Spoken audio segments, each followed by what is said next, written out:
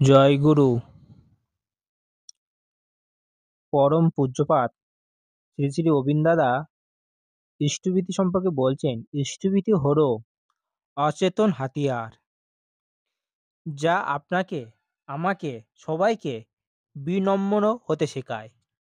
যদি আমি কারোর থেকে কিছু শিখতে চাই, তাহলে সব থেকে প্রথমে আমাদের বিনম্র হতে হবে।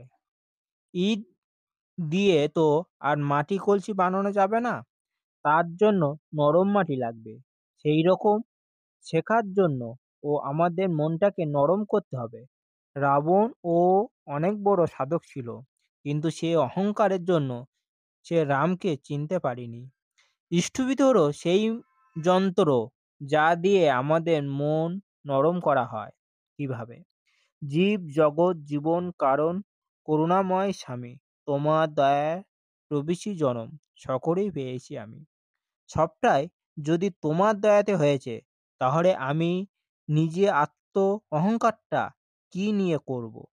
এটাই শেখানোর জন্যই ইষ্টভীতি দেওয়া হয়েছে। বন্দে পুরুষোত্তমম।